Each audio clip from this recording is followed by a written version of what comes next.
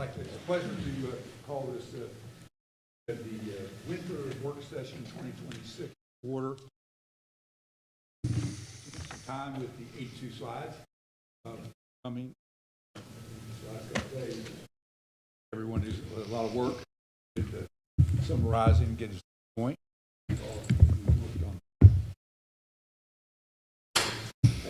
I did say something to the county manager about 82. She said, "Oh man, it's half as long as it was last year." Progress is relative. In any case, I'm going to turn the feed over to Chantel Robinson to actually give us an overview, and then we'll. Thank you, Mr. Chair, and good afternoon, Commissioners, staff, and guests. So today's session marks the start of our budget planning discussions for the upcoming fiscal year. Before we begin, I do want to recognize the significant work that has been done by both the board and staff last year. I think the thoughtful decision-making and careful stewardship have really positioned us well as we move forward into this next fiscal year.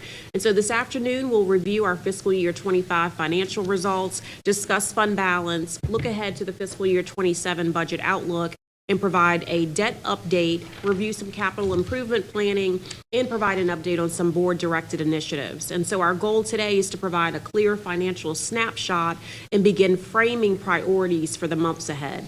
I look forward to the board's guidance, continued collaboration through this process. We do have an easel in the corner, so as there are action items, we'll make sure that we note that. And with that, Terry Goodman, our CFO, will kick us off.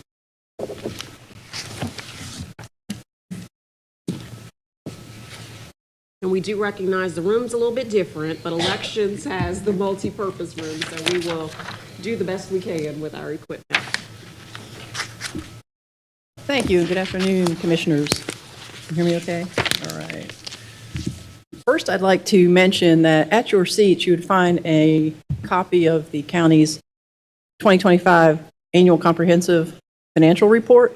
You received a copy of this back in December, but if you remember at that time, our auditor indicated that the compliance section, the single audit, was not yet complete.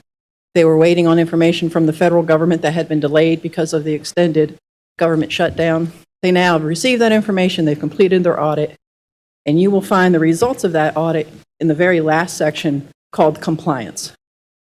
I'm happy to report that there were no new findings beyond what was presented to you at the December presentation by the auditors.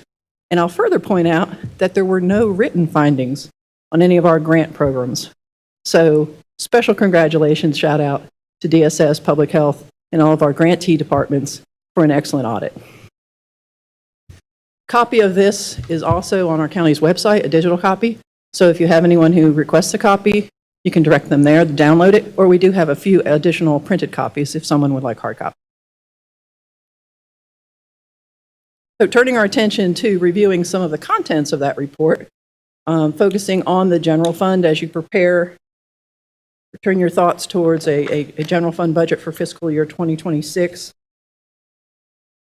Looking at revenues for the year that ended June 30 of 2025, you see on this slide your original adopted budget, final budget, the actual results, your variance from the final budget, and then the percentage that actual represented against the final budget.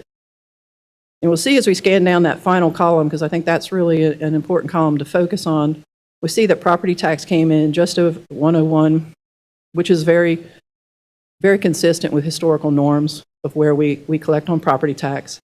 Sales tax is definitely a problem area, once again, where we under-realized revenue and only collected 97.4%. We scroll all the way down. Charges for services was under-realized. That was because of the $5 million for the schools that we were not able to recognize as revenue, so we had under-realization there. Other revenues exceeded budget. They are a bit difficult to budget. They include sale of property, sale of merchandise, reimbursements, refunds, and the overage that we have there over budget.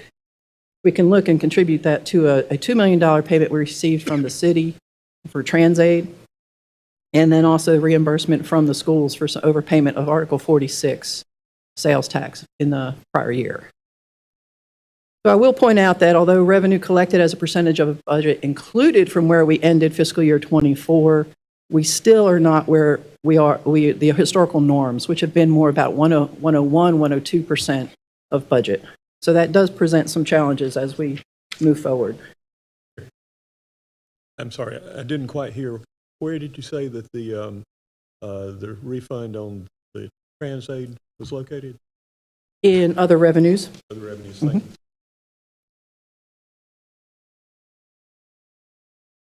in this slide, we're looking at our actual revenues over the last 4 fiscal years, and shown in blue column is the percentage of budget. So the actual represented for the year ending fiscal year '25, 99.8% of budget. The prior year, 99%. But if you go back a few years, that's where I'm referring to the fact that historically we collect a little bit more than what we budget on the revenue side.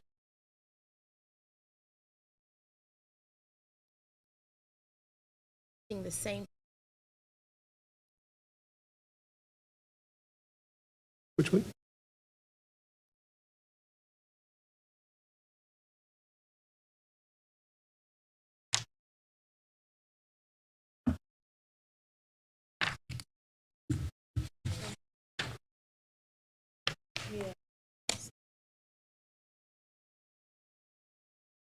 Okay.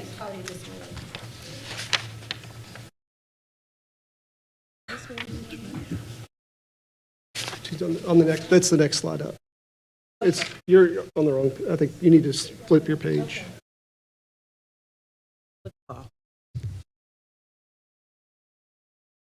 That's fine. And again, if we look historically at where sales tax has performed, really strong years coming out of COVID where we really were very pleasantly surprised on where sales tax ended up, and then the last 2 years where we have been very challenged to meet budget. A little bit closer in fiscal year '25, but still presents challenges to covering the expenditure side of the budget when revenues are not fully realized. The other thing I'll point out on this slide is the revenue growth from fiscal year '25 from '24 to '25 was only $6 million. Even if we had been able to fully recognize the revenue from the schools, still $11 million. Keep that number in mind when we look at what the growth was on the expenditure side. Revenue growth since fiscal year '21 has been about 3.7%. That would be your compound annual revenue growth over those 4 years.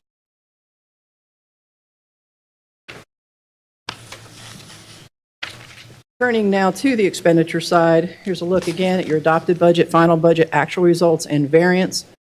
Here we have the expenditures grouped by functional areas, general government being some of your administrative departments, public safety, and on down the line. Variance of $3.2 million from budget. In prior year, we had a variance of $49.5 million, so we did spend a little bit more of our budget this year than we had in the previous year. Go on to the next slide. You can see here comparably, again, this is a trend that we talked about last year, where historically we had spent about 91% of our expenditure budget. In fiscal year '24, 93.6%. In fiscal year '25, it's 95.6%. So again, if you think about the fact that we're realizing less revenue than what we've budgeted historically, and we're spending a higher percentage, it kind of sets up the situation that challenges us with our fund balance. Next slide. Looking at the departments that contributed the largest dollars to the growth in fiscal year '25 expenditures. Again, total expenditures increased $34.1 million. Think back, we said that our revenues increased $6 million. From '25 to '24, expenditures increased $34.1 million. Highlights the challenge that we face. Scanning down the departments, the increase in non-departmental was a lot of the ARPA money that was brought in, the revenue loss that was brought in, with projects that were tied to that and spending that occurred for those projects. We have emergency services and sheriff that combined about $10.6 million of the increase, social services, and a few other departments that had significant dollar amounts, although the schools, $6.8 million, and then all other departments combined just under $4 million, totaling down to the $34.1 million in total increase. looking at our expenditures by category rather than functional area, and the percentage of those expenditures to what we had budgeted. The bottom line total expenditures up 95.6% of budget. Again, it's a higher level of spending than what we currently see from our budget. Personal services is pushing really about 100% of what we budget, and is one of the largest or the largest expenditure categories that really does put pressure again on the ending results when revenues are not fully realized. The bottom line point there I made, expenditures from fiscal year 22 to 25 have increased $90.8 million, and revenue during that same time has increased $43 million. Again, sets us up for the situation that we currently find ourselves. Next slide, I think we look a little bit closer. Here we go. Over that time span of 4 fiscal years where expenditures have grown 90.7%, highlighted here, again, the departments that have seen the largest dollar increases.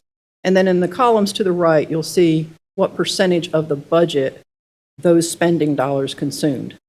So where we even see some dollar increases, if you look in the column shaded in blue, you may see that they're actually consuming less of the budget than they had in prior years. Or in some cases, they're consuming more of the budget. Or more, I should say more of the total spend. Not necessarily the budget, but more of the total spend. Okay. So where does that leave us for the year in our operating results when you lay our revenues against our expenditures? You see that for fiscal year 25, our revenues fell short of our expenditures by $29.2 million. That's our operating revenues, our recurring revenues against our recurring operating expenditures fell short by $29.2 million. That was covered largely by a lot of one-time transfers we made from the Pandemic Response Fund. If you remember, we recharacterized some of the revenue loss over there to bring that into the general fund. Again, a lot of that was tied to projects, and that spending will occur. So that money will not remain in the fund balance, but it did help minimize some of the reduction in fund balance that we saw at the close of fiscal year 25. And if you, I'll just also point out the third row there, the net change from operations. You see where we were in fiscal year 22, and then you see the trend that we've been on the last 3 fiscal years, where our revenues are continuing to fall short of our expenditures. And I have those highlighted in a little bit different slides further on. I might present that in a little bit different way. That's fine. We're good. Resulting fund balance from operations, fiscal year 22, we had $210 million in general fund balance, and you can see the trend there since that time. And then laying that against our current year expenditures, it's really a benchmark to see how much do we have in reserve that could cover our spending.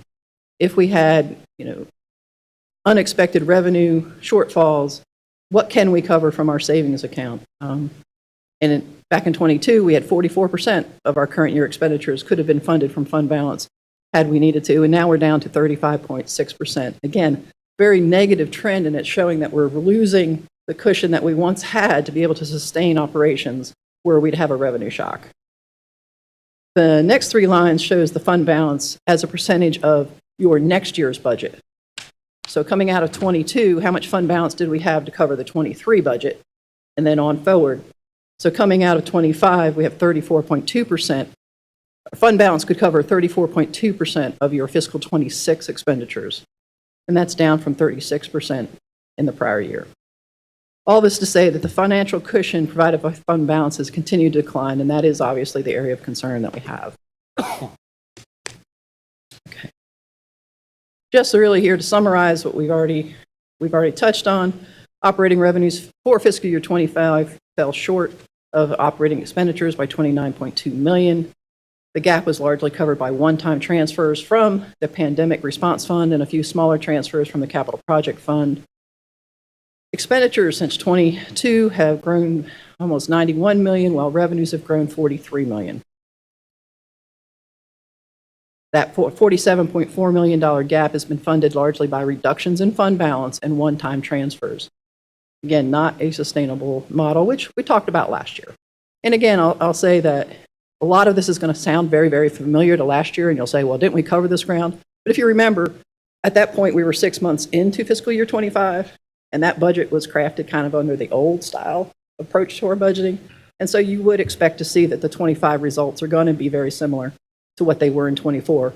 I will say that the steps that management took to curtail spending mid-year helped tremendously. We saw a $7.8 million reduction in fund balance. It would have been much higher than that had they not stepped in to realize mid-year the imbalance that we were looking at and the potential problems that was going to cause for us by year end. So we were able to limit it somewhat of the negative impact. Now looking, any questions specifically on the operating numbers, the revenues, expenditures, before we jump into fund balance? Personal services, as distinguished from human in general and all the other services. Yes, personal services, your salaries, your benefit costs. Okay. Not an escort service. No.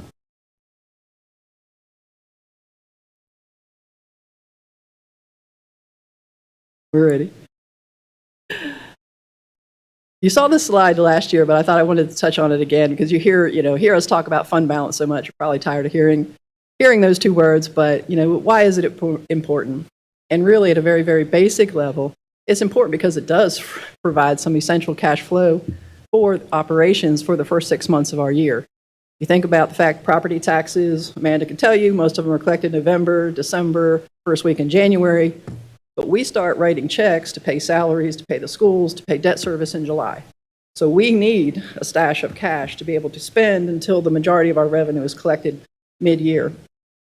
Fund balance also provides that safety net for unexpected revenue shortfalls or emergency expenditures. We talked about those. There's economic conditions that can tip one way or the other, causing revenue shortfalls or expenditure needs that weren't planned, changes in state and federal funding policies, and we're seeing some of that come into play already. And of course, natural disasters or anything else that can just present us with unexpected revenue loss or expenditure needs. The rating agencies and local government commission look closely at fund balance because it is our cushion. It's our ability to sustain operations during financial uncertainty. And it's a measure of our overall financial strength. Do we live paycheck to paycheck? Or can we withstand some uncertainty in our financial operations? Because, so our sales tax is cyclical. Our expenditure needs sometimes are demanded by the community and in response to things in the community. And do we have the ability to tolerate those without making severe cuts elsewhere because we have the reserves to fall back on? This slide just presents fund balance and the components of fund balance over the last 4 fiscal years. We've talked before about what these components mean. Non-spendable deposits or inventory just really means it's not cash. Restricted, largely what we hold in receivables. The state statute says you have to call those restricted. They are not available for you to use in your budget. Committed, largely our debt leveling plans. And I put an arrow by those because we're at a point in those plans where we are very definitely expecting to see us start to utilize those reserves that we have accumulated over the last 20 years as some of those plans complete their 20-year run. We complete the debt service on the plans that those were funding. So that is very definitely a planned reduction.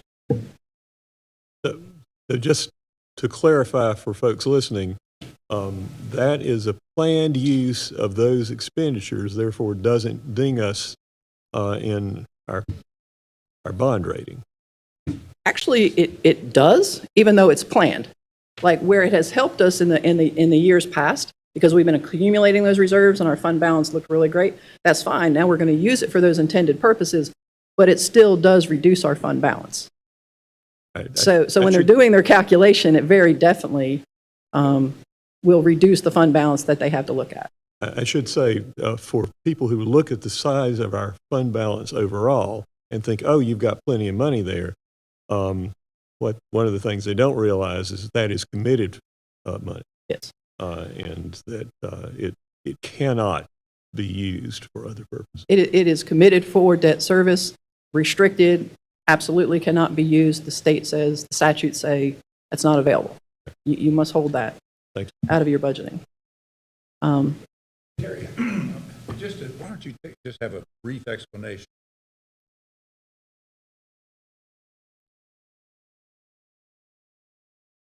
What each of those Okay. Non-spendable is, again, if we have deposits that we have paid and that are out, or inventories that we're holding, it's non-spendable. It's not cash, or it's cash that would have been paid to someone else that's not available to us. Restricted is largely the amount of accounts receivable or receivables that we have at June 30. So if it's not cash in our hand, the statute says you got to pull that out of your fund balance and hold it in this restricted category, because we're not going to let you budget and spend something that you don't have in cash. That is probably a century-old statute that was put in place to ensure the financial strength of North Carolina. I don't know that another state in the union has that statute, but we do, and so that's what we're required to do. The other thing that will be in there is any of our encumbrances. So if we have obligations, contracts that we've signed in a fiscal year that are still open at the end of the year, we have to take some fund balance forward to make sure that we have funding to pay for those in the next fiscal year, because we have that signed obligation. That also will be restricted. Committed is largely our debt leveling plans. Assigned is what was used to balance the budget, and some revenue that we have for fire tax districts that we are setting aside for fire tax reorganization, or whatever plan may come, sales tax that has been returned to the general fund from the fire tax districts that we're holding for that assigned purpose. Unassigned means there is no other tag for it. There's no other current planned use for that.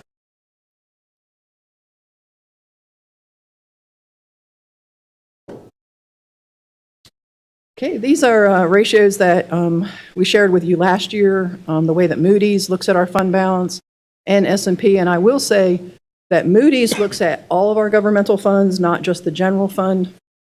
And so this is just looking at our general fund. So their calculation of our ratios will be slightly different than this, but the general fund is such a significant portion, and it is the one that we're focusing on. And so we want to highlight what is the general fund's effect or contribution to the rating agencies look at our fund balance ratios. And you can see there that Moody's wants to see a AAA have a greater than 35% of their committed assigned than unassigned as a percentage of the current year revenues. Back in 22, we were at 31.4%, still below the AAA level, but again, we talked about there were other circumstances that they looked at. They felt like, could pull us up into the AAA, although we definitely were on the low side. And you'll see, as would be expected, those ratios have continued to trail down. If you went back further than 2022, kind of curious what that picture would look like. Curious how many often it's actually exceeded. Yeah, I only have it printed here with me at 22. I don't know that we have, unless we went way far back. You have it somewhere. Right, yeah, yes. I think it's a matter of, that's more of a broader curiosity question. And I suspect that we sell 2/3 bonds, sold them this year, so we sold them in 23. First bonds in 3, we were 32. There was no real discussion at all about the danger of our AAA rating. I think probably more is the trend, I suspect, discussion that we had with the financial manager of the concern. Yes, and the fact that we really have not been AAA on that particular benchmark, and then to see that trail negatively or trend negatively is where the concern is coming. I think before you leave that slide, I think an interesting question would be, which I don't recall asking our financial advisor, is what would happen, we dropped Fitch's rating issue out. How many places only get rated by one, Standard & Poor's? What if Moody's was not included? Yeah, we could seek their advice on that. Right now I'm not sure what the optics would look like on that, because it's going to be clear what the ratios were or what their rating would be if we were to drop them. But Just to think, I was thinking about it. I would get into now we're talking about purchasers. I mean, purchasers, are they impacted by if you only had a Standard & Poor's rating, maybe that changes something. That'd be an interesting question. I don't recall asking that. Yeah, it's a question we can pose and see what we get. But I will point out again, how the ratio is calculated, because that will come into play in the next few slides as we look at, trying to do some forecasting on this. So we're looking at our committed, our assigned, and unassigned as a percentage of revenues. So the numerator is your committed, assigned, and unassigned fund balance, and the denominator or current year revenues.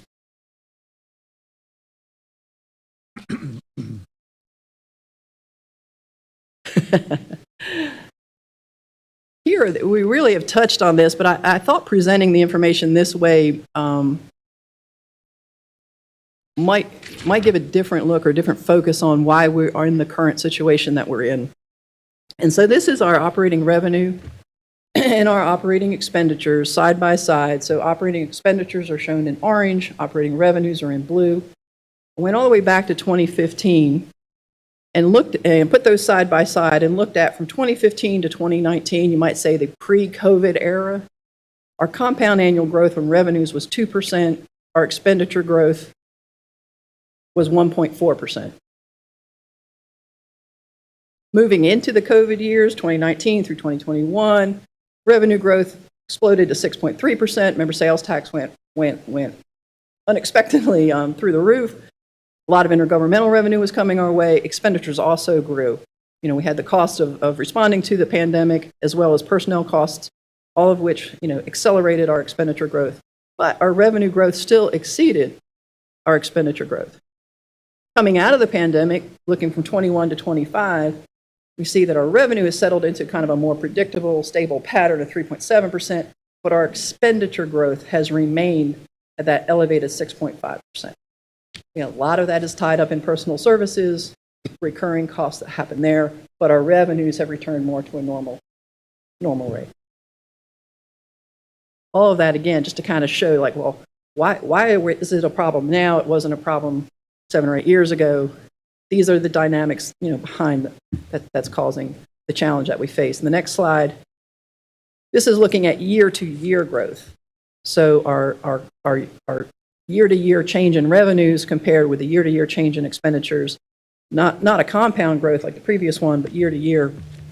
And anywhere that you see that the blue line is above the orange line is where the revenues for that year grew by more than expenditures.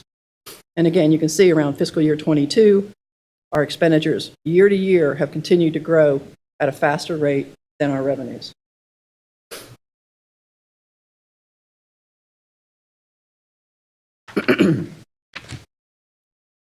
So with all that in mind, what do we do with that information, and how do we look to try and act going forward with what we have learned? Excuse me a minute.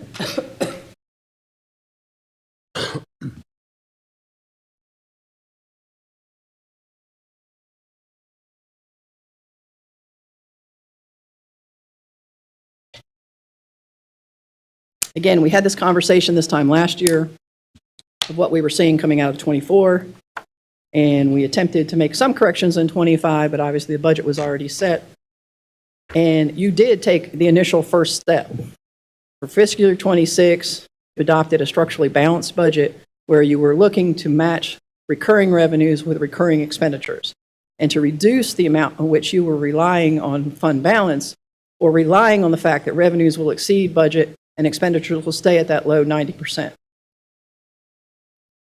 It will, in my opinion, though, continue to take deliberate and intentional steps to restore fund balance to a level that will help us maintain our AAA bond rating. Because while we may have stopped the erosion of fund balance, we have to restore it if we're going to get back into a level where fund balance will not drag our overall rating down. Operating surpluses need to be generated in order for fund balance levels to be restored. And I have a few slides here coming up that'll show that a little bit more clearly, that we can't just match revenues with expenditures. We really have to generate surpluses if we're going to build back the reserves that we need. And surpluses can be achieved, obviously, by higher revenue or lower expenditures. And I'm talking here in actual terms, not just in the budget. And while it may seem like it's a bit of a daunting task or a hopeless position to be in, I don't think that it is. In a few slides, you'll see that recovery is possible. But the decisions that you have to make over the next few years may be a little bit more limited if this issue is going to be corrected than they would be going forward once we get back to a more solid financial position. So here's where I have attempted to take a look at what we might look like over the next 5 fiscal years. In terms of our fund balance position, and I'll first focus on the 2026 column and go back down to the rows that are in blue. The total revenues there that we see, the $569 million, that is what is currently budgeted for fiscal year 26. So in my forecast, my estimate, I'm saying, let's say that we're going to receive 100% of our revenues. We were really close last year, and as a matter of fact, if we had received money from the schools, we would have been slightly over 100%. So we're going to get 100% of what we budgeted. We currently have $600 million budgeted for expenditures, and I'm saying there we're going to spend $579 million of that. That's about 96.5% of what's currently in the budget. A little bit higher percentage than last year, but remember, we tightened the budget, so I think it's reasonable to think we'll spend a little bit higher percentage. We will still have an operating deficit of $10 million. We have some of that already planned to cover. If you remember the recharacterization of some of the school's capital money that we did, we transferred in some money from the education capital project funds to send the school some additional funding. That's included in that $16.9 million. So when you drop down below the operating line, you see that potential is for us to end the year with a surplus of $4 million. But when you look up above, how does that help us? You see our ratios still decline because our total revenues for the year increased about $30 million from fiscal year 25. They were $539 million in fiscal year 25, $569 million in fiscal year 26. So your denominator went up $30 million, your numerator only went up $4 million. So you haven't made any headway yet on your ratios. Good that we didn't use fund balance, but we still haven't really dug ourselves out of the hole. From 26 forward, all my projections here show is revenues are going to grow by 2%, expenditures are going to grow by 2%. I'm going to keep that balance in the budget. Recurring revenues are going to cover recurring expenditures. You see that we continue to drop in the hole because our expenditures are already so much higher than our revenues. If we apply the same growth percentage, we don't make any progress in getting ourselves out of that fund balance hole. The next slide, and I'm not, the 2% really is where the 2% growth for expenditures is where the $579 million is over where we ended fiscal year 25. I just picked 3.7 because that's what the last 4 years revenue growth has been. I said, okay, if revenues continue to grow where they have for the last 4 years, and we can keep expenditures to where they were from 25 to 26, how do we look? Again, I'm not saying that that's what our targets should be, but I just use those to make an illustrated example here.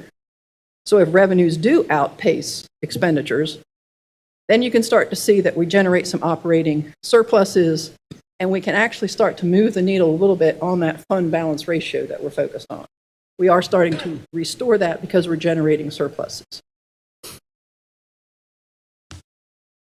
But to do it without revenues outpacing expenditures, we can't move the needle because expenditures already are starting at a higher level. Next slide. So one of the board directives was to come up with a fund balance policy, and I have presented a draft of that to the county manager. I think we are continuing to review that, but my recommendations with regards to a policy would be that we continue to reduce reliance on fund balance, making sure that our recurring expenditures are supported by recurring revenues, and that the policy aligns, our fund balance policy aligns with the rating agency's metrics and what they're looking at in terms of year-end results, specifically pegging our unrestricted fund balance at 35% of our revenues and our unassigned in a range of 15 to 20% of current year revenues.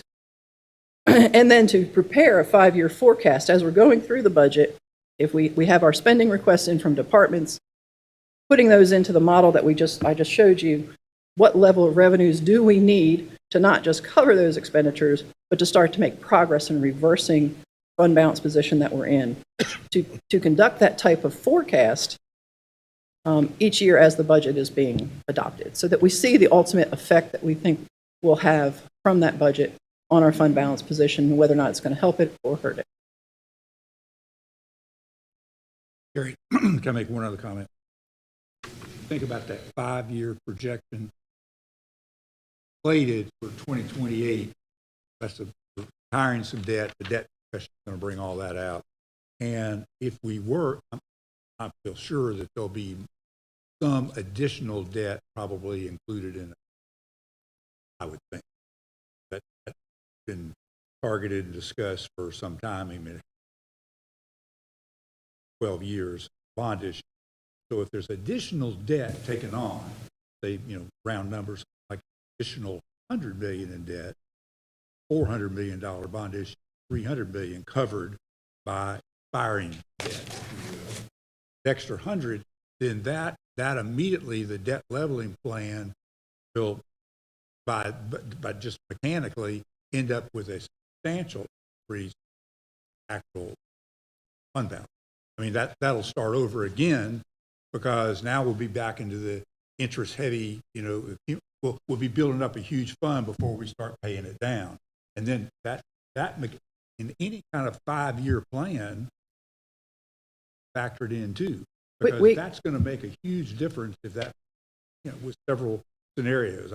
It could be more than if you look at the school district's fix-up total for their 80 campuses, get building new, I'm just talking about fix-up totals, it's going to. So I think that needs to be a part of your thinking on a 5-year. It could be, because it will have the effect that you're citing on the ratios. But again, it does have a very specific use for those funds. And it could, unless it continues to recur over time, it could get us right back in the same position that we are. I understand that, but just as Dan asked, the very first question is about these. We have a purpose for these funds that we're saving up. Well, it's the fund balance calculation is agnostic to that. It doesn't care. Right. So if it doesn't care, if we sell some more bonds, we end up benefiting in the wrong way, but we benefit from a rating agency viewpoint. Well, and the bonds themselves do not affect fund balance.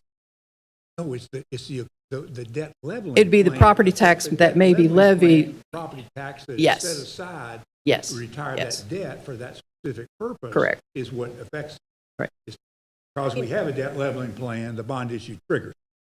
I Unless agree we want to give it yeah, up. I agree with that, and we've talked about, I think part of the challenge is that we did not do the forecasting when we did the previous bonds and had this debt leveling and not understanding the impact that would have on our fund balance. So certainly, as we move forward to potentially new bonds, we want to make sure that we are forecasting what that looks like when it helps us, but then also making sure we're planning for the decline. So we will absolutely do that and need to do that. Yeah, and I think we can add that to the model. I think that would be a good adjustment to make. But again, I go back to the fact that if your expenditures continue to exceed, the rate of growth continues to exceed your recurring revenues that are dedicated for those expenditures, we don't really make real progress. It may look better. We'll minimize the decline. We'll start to show some correction, but we won't truly reverse where we need to be. I hear you. And I think that was it. Any questions for Terry before we transition to what we're looking like for this current fiscal year and then an outlook for next? This could probably come now or later, but I might as well throw it out now. Those of us who are not accountants and don't have experience with actual administration of the expenditures that you're authorized to do, best way that I can contribute to the budget analysis is by a more detailed understanding of where the increases are occurring. This is how I think of it. Maybe I'm thinking of it the wrong way, but if I knew by department, both for budgeted expenses and for budget overruns for a given fiscal year, how much was the total for each of those for that department? What was the percentage of that department's budget? And how much of it, since you're pointing to personal services as the additional, responsible for most of the increase in our expenditures and in over budgeted. How much of that total, a dollar figure and by percentage of the department's budget, is assignable to non-budgeted staff additions, non-budgeted pay increase?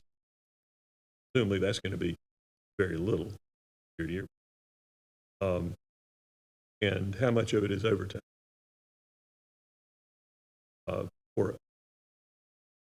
Yeah, we can get those details. I would say none of these expenditures were not budgeted.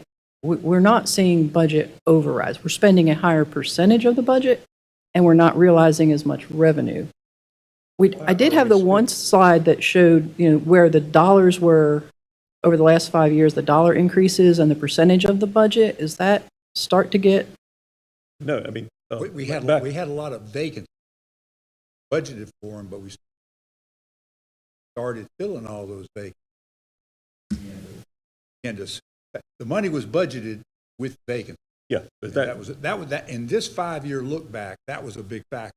That would not be a big factor 10 years. Go back 10 years. when I say unbudgeted, I'm probably slaughtering the term of art that you're using. I'm not talking about expenses that were not authorized. Mm-hmm. I mean expenses that were authorized, but we didn't expect them to be as much as they were. Overtime. So overtime is definitely for fiscal year 25 and prior. Overtime is definitely an issue because it was not budgeted at real numbers. And so departments were always going over on overtime. Now for FY26, this current fiscal year, we gave departments what we felt like were realistic numbers for overtime and have been very closely tracking and monitoring. Now, I will say, I am still concerned about overtime for a couple departments, but we are tracking that and following that. I think what Kyle Wolf, when he does his budget update, you'll see where we are in terms of percentages for each department, kind of where it was for fiscal year 25, what we're looking at right now for fiscal year 26, and then some outlook for the next fiscal year. That can be summarized on the department basis. And I note that you're consistently talking about growth in expenditures as exceeding growth in revenue. So that's not a question of surprises. That's a question of what are we doing that is costing so much more. The two of you and your department managers, you may already know this answer, but as a member of the policymaking board, I need to have a clear picture of where are we spending more in order to be able to identify possible savings points.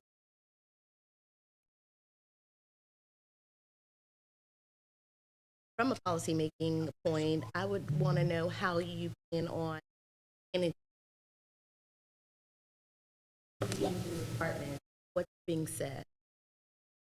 Not We- excuses, but. Yeah, I mean, we have cut departments quite a bit last year. The reality is that revenue has been far behind you, as Terry showed, for years. Instead of increasing revenues during that time, we relied on fund balance to balance the budget. And so that is why revenues is less, expenditures is high, but revenues always needed to match expenditures. We just did not budget it appropriately until this year and going forward. Expenditures, Kyle Wolf did an analysis, and he can talk more about this. The majority of our increases over the years was the sheriff's office and Winston-Salem Forsyth County Schools. I mean, that's the largest portion of increases in our budget over X period of time. And so we can certainly, we'll have some information today, but as we go into like budget workshops, which will start in March and April, we can certainly show in more specific detail, granular detail, what that looks like. And as the chairman said, I mean, personal services, people, schools, and debt really is a large part of our budget. And so personal services, as we continue to fill positions, and we want to, we have, our vacancy rate is much better than it has been. That also makes it look like expenditures have increased, although it always has been budgeted. We've just now we're doing a better job filling them. Again, an example from the board policymaking perspective. I need to understand, for example, how much of expenditure growth in a given department is attributable to added staff, because let's say it was agreed that this was critical staff, but they're extra cost. How much of it was because we were below market in terms of the compensation level, and that the decision was made, we have to adjust that upward. I'm not saying that these are necessarily bad things. I'm saying that we need to understand where efficiencies can be achieved and what the cost of achieving those would be, so we can make a common sense analysis of what's worth pursuing and what is something that we can't justify doing, even though it would help our fund balance.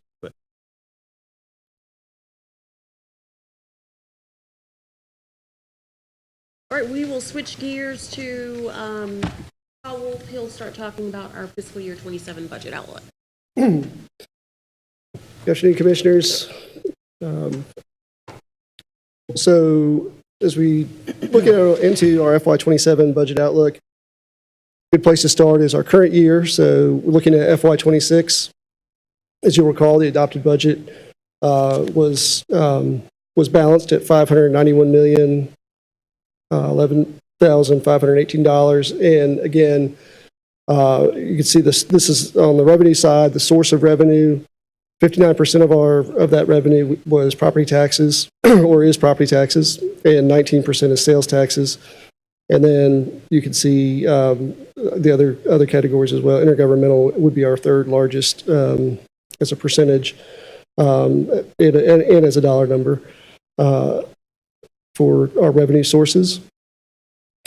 And so what this chart shows is our adopted budget, again, at $591,011,000. We've had several amendments, throughout the first 6 months of fiscal year 26, and then our actual amounts through December 31st of 2025.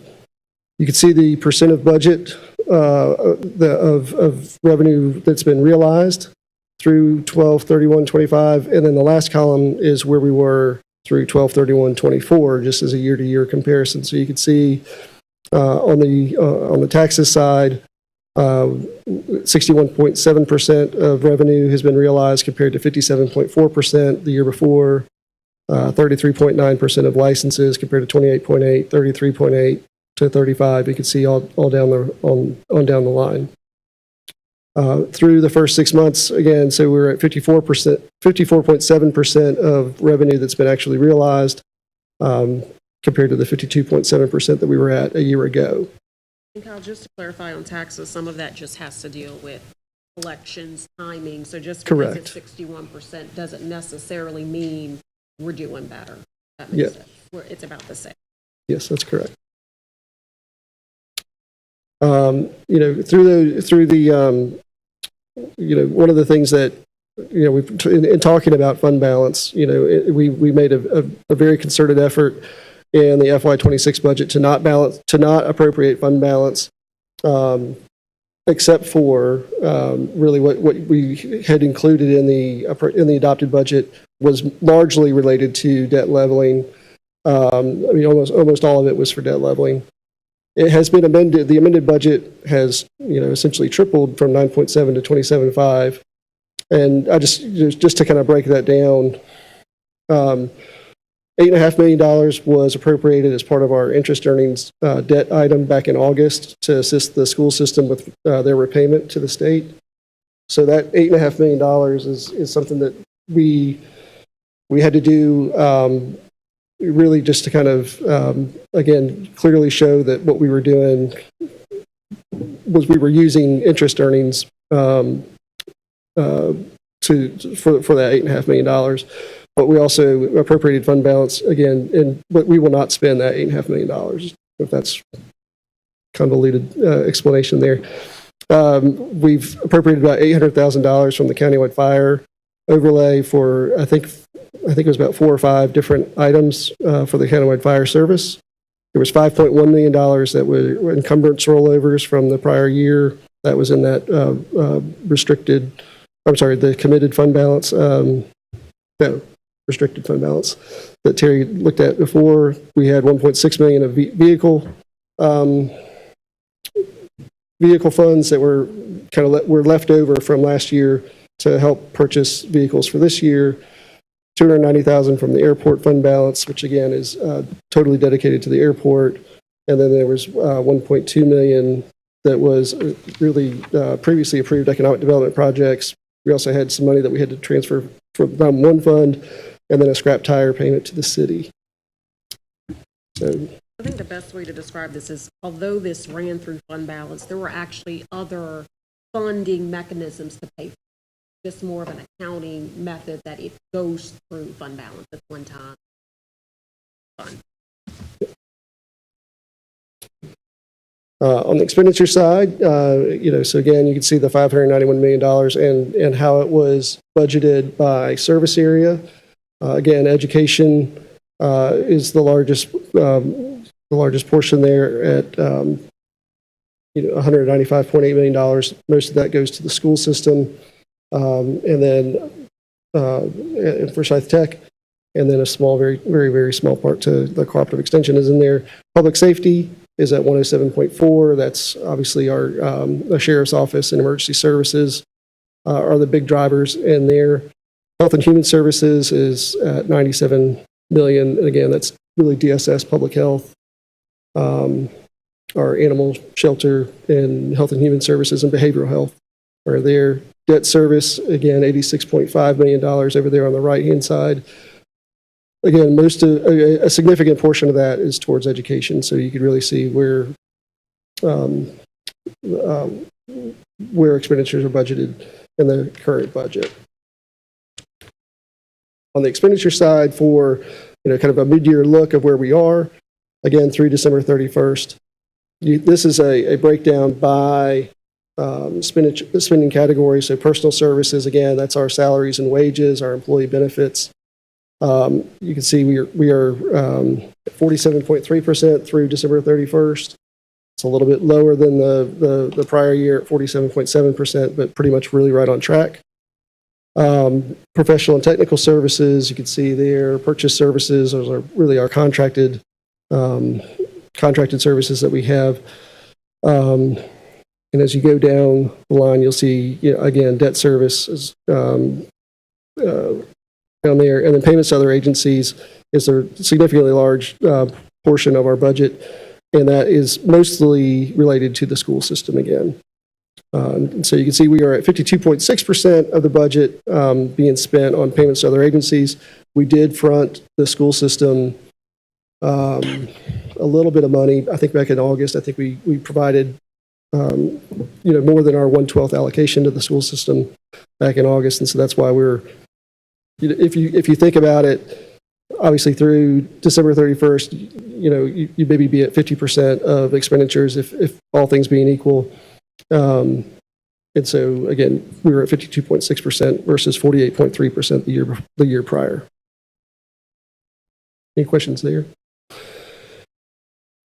When you look at these next few slides, look at expenditures by department, where we are, and Commissioner Bessie, we can absolutely go through and dig into these and provide even more detail on what percentage or what, on the different categories of expenditure in each of the departments.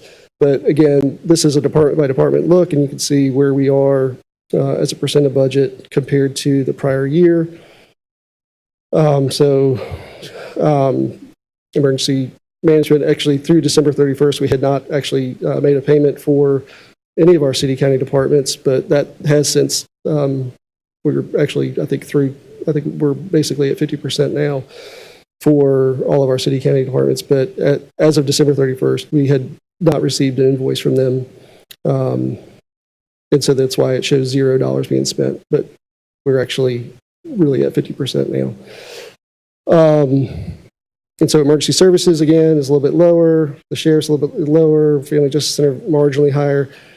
But really, we've been meeting, we meet on a monthly basis. Myself, Kimberly Lee, Terry, Denise, Kyle, and Chantel, to go through department by department to look at where we are on expenditures and what are the concerns, what's driving these things, what are driving the concerns. And so we could definitely provide you some additional information. Right now, again, where we are on the expenditure side, for the most part, we are lower than that 50% benchmark of, again, if you were going to spend 100% of your budget through December 31st, you'd be at 50%. And so for the most part, we are below that, which is a great thing. And so right now we're at 44.9%. Well, through December 31st, we were at 44.9%, which is still higher than the 44.2% a year ago. So, and that's a lot of information on where we are kind of currently mid-year, but it does kind of lay the stage for moving forward into FY27. So as far as revenue goes for the upcoming year, as we mentioned earlier, property tax and sales tax basically are around 78% of our total revenue. We will receive our March 1st estimate for the property tax on March 1st. And so we actually don't have an estimate really for what property tax is going to look like as far as what the tax base will look like. The closest thing we could do, though, is based on the TR1 report that Amanda submitted to the state. The tax base was $46,386,346,325, which is an increase of $310 million compared to the May 1st estimate that we used to balance the 26 budget. So that's a good thing that the TR1 report was higher than our May 1st estimate. It typically is. When we've looked at prior years or prior revaluation cycles, the growth in the tax base that first year after the revaluation has averaged about 1.5%. The last three revaluation cycles. If that were to hold this year, which we're not sure that it will, due to the historic growth in this last revaluation, but if it did, 1.5% increase would generate essentially an additional $5 million. Our collection rate that we'll use for the FY27 budget is a slight decrease from 99.29% to 99.26%. That was the collection rate that was realized by our friends in the tax office. It's a tremendous result for them. And so again, even though it is a slight decrease, it's still an incredible accomplishment that they achieved, and we're grateful for that, to be able to use that high of a collection rate. As Terry mentioned, sales taxes came in below our projections this past year, which is the second year in a row. As a reminder, because of how our sales taxes are distributed, we only have 5 months of data for the current year. And so it's really just, again, July through November. Through these 5 months, though, we are cautiously optimistic that we'll meet the budget for 26. And the note there is, I think a year ago, I said that we were optimistic we would meet the budget for FY25 as well, which we did not do. But based on where we are through these first 5 months, I'm, again, cautiously optimistic, as probably I should stop talking after that. This is just a look at budget to actual sales tax revenue, and so you can see, 16 through 23, the red column is our actuals, the blue column is the budgeted, and it looks like, we missed it in FY18, and we barely missed it in FY20, which was, again, March of 2020 is when the pandemic hit. But then you can see the explosion in sales tax growth from 21 to 22 to 23, where we did really well. We were also, I do recall in 21 and 22 and 23 being a little bit conservative on our sales tax numbers, just because we were so surprised at how well sales tax results had been during the pandemic. For 24, you can see that we missed it. In 25, we missed it. Again, right now through FY26, it looks like we will meet the budget and exceed it a little bit. But knock on wood, and but we will see what happens. The next month of sales tax data we get will be for December, which is typically, obviously December and January are typically good months. So that's, again, why I'm cautiously optimistic about it, because those are typically months where there's a lot of economic activity. This just shows you, again, through November where we were. Our benchmark budget for sales taxes through November would be $37 million.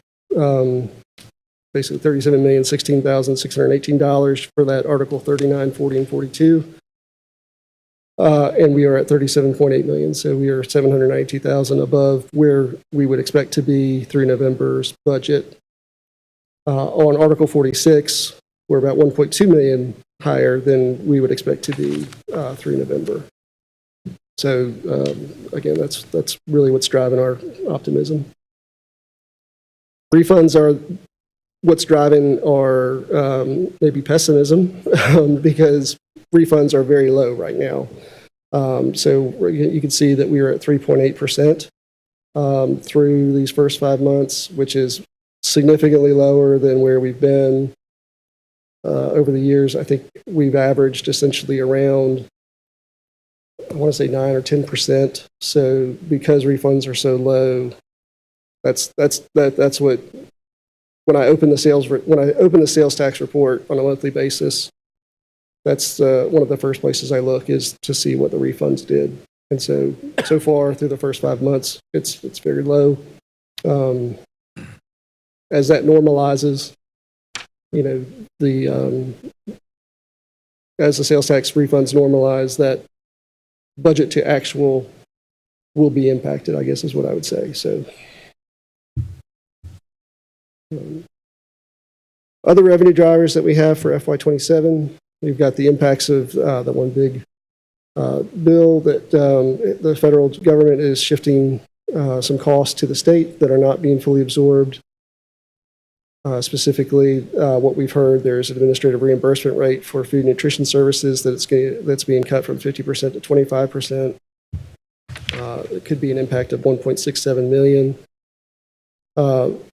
increased eligibility verification is going to increase some workloads for our Medicaid recertification staff, which would be an expected cost of an additional $180,000. Gordon talked on Monday about the House Select Committee on Property Tax Reduction and Reform. They are tasked with reviewing this existing property tax relief programs and determining what should be modified or expanded. And while there's no legislation that's currently being considered, that's almost, as Gordon said, there's the language is pretty loaded in that, in what the scope of that committee is, and if any kind of impact on our ability to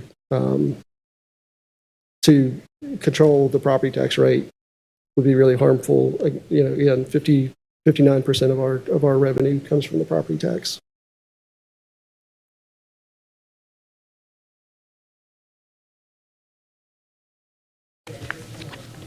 Right there. But what I will ask the manager is a listening session,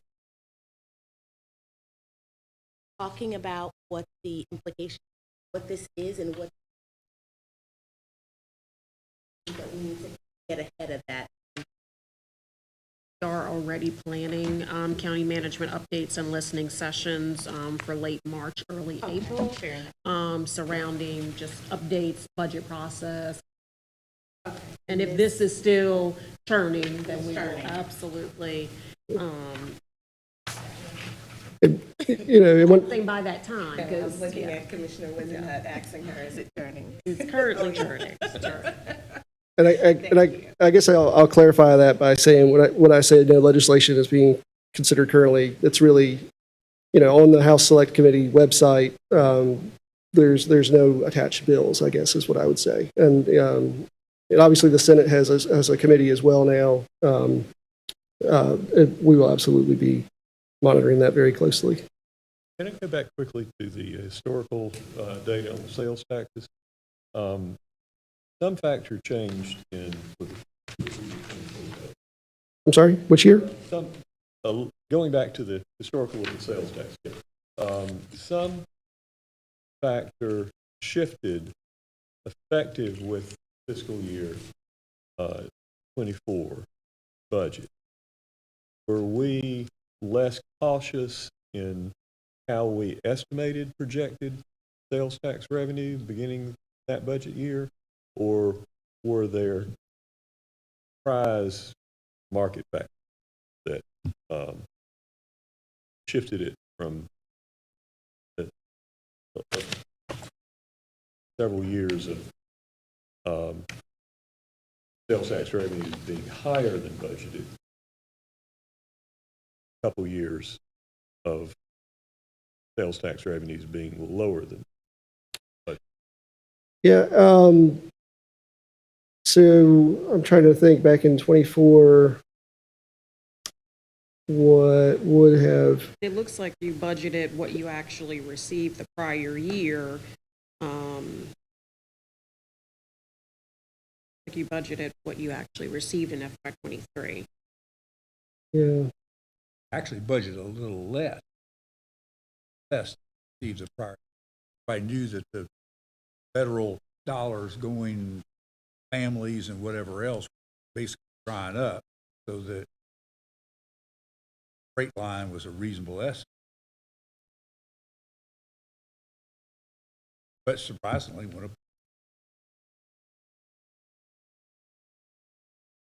I guess that's my question here. I remember there being discussion at the time of whether we were being too cautious in our estimate. Did we change how we evaluated our estimate?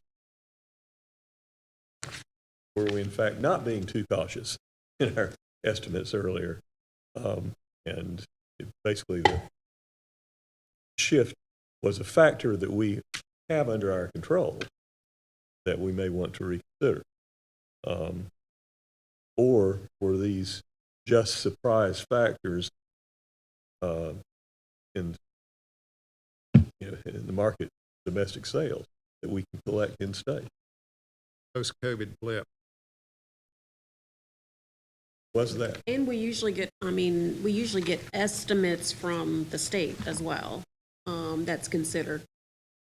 We do, and I mean, I'll have to get, I don't remember what the thought process was in '24, going with essentially a 0%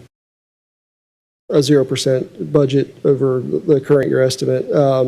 I remember the discussion being, and this may have been an inaccurate characterization of our history at the time, but the discussion was, well, we usually take the state's estimates and we go one step towards the caution from that.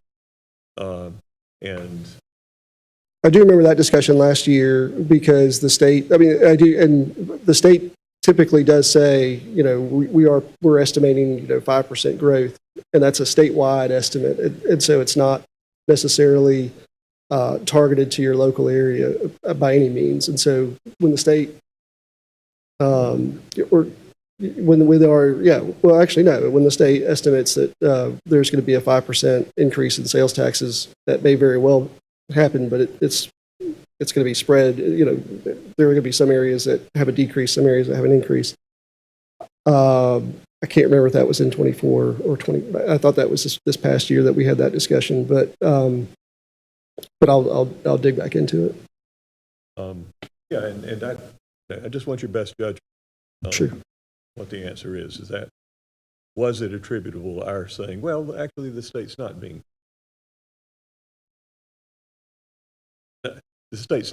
insufficiently cautious in their estimate? I'll go back and look, and I'll get you an answer. This past budget year, we had a lot of discussion about sales tax because I think there were questions from commissioners on whether we were being too conservative and to increase the revenue on sales tax. And Yes. I held firm on my recommendation because we were very concerned in the way that it was trending in the last 2 fiscal years. We didn't meet our budget. So, Kyle kind of keeps this analysis of based on how we're trending. Certainly, we try to hear from what the state is saying, but it's kind of based on our analysis. But we did not follow the state in fiscal year 26. We followed our own trends, and we did not increase the sales tax as was recommended by some. I held firm on my recommendation to be more conservative. And I'm still a little concerned by the conservative number, which is the same that we budgeted the previous year. We basically held. Thank you.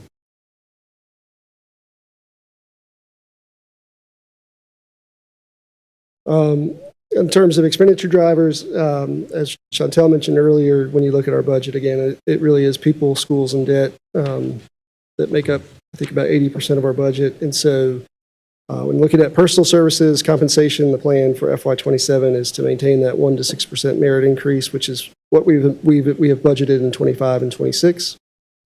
We are anticipating some benefit cost increases for health insurance and retirement. We have a new health insurance consultant that's already working on our behalf. We had a meeting with them a few weeks ago that I was part of, and so we're hoping for that impact to be not so bad, but again, right now, but we do know that that will be an impact. Early indications for retirement are that there will be an increase from 14.1 to 15.1% for non-law enforcement positions. This comes from the state, increase from 15.1 to 17.1 for our law enforcement sworn positions. And so those two things will, that increase there for retirement will certainly be an impact. And we'll get you a dollar figure on that. The school system, again, is our probably, again, one of our largest budget expenditures. Obviously, the funding formula is our plan to be the basis for the recommended budget. Chantel has met with Dr. Phipps already, and they've talked about that. I've had some conversations with staff as well, with the school system, about budget stuff. But again, we're still waiting to hear what their request will be, what that'll look like. I think in talking with Chantel, Dr. Phipps has a goal of having that complete much earlier than we've had in the past, I believe. And so we're looking forward to that. But that will certainly be a big driver moving into 27. Debt service, I believe, will remain fairly flat, still be, actually around 15%, maybe, and actually probably less than 15% of the overall budget for next year. But those are the expenditure drivers. As a reminder, Chantel mentioned this before. We did right-size budgets, and for the current year, and so we basically told departments, okay, for FY27, your target budget's going to be what we budgeted this year. We did increase some line items based on known increases, based on some multi-year contracts that had been approved, and also we decreased some line items because there were some expenditures that we knew to be one-time expenditures that were going to be this year and would not need to be carried forward. We have started to meet with departments.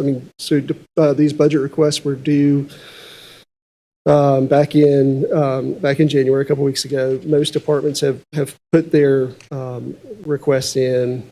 Our staff is actively working with departments to go over those requests and what they've estimated they're going to spend by the end of the year. We had our first 2 meetings of the year for departmental meetings. They've been great, but they were also significantly smaller in terms of the budget. But departments have done a really good job. I think maintaining our budget process from the prior year and living within it. And so we'll have much better. We'll have some more information for you in our March. I can't remember what the day is, but at our March budget workshop, we'll be able to provide. We'll have a much better list of what's being requested and where we think our estimate's going to be.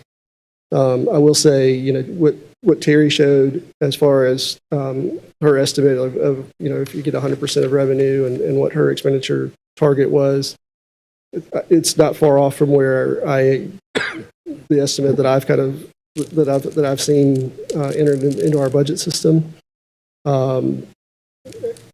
It's a little bit, knock on wood. I think we'll do a little bit better than what Terry was showing. And so that's really kind of where we are on that. That's a pretty high level overview of where we are from FY26 and then what we're looking at for FY27. Very preliminary look at it. Again, you'll have a lot more information in March at our budget workshop. If you've got questions or concerns, we'll certainly dig into the department by department, personal services, overtime, all that. We definitely have that information for you, and we'll have that for you definitely by the March workshop, if not sooner. If there's any other questions that you guys have or anything else you want us to really dig into, please let us know.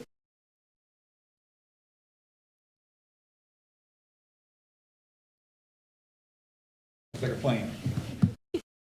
We get back in about 10 minutes. I knew that.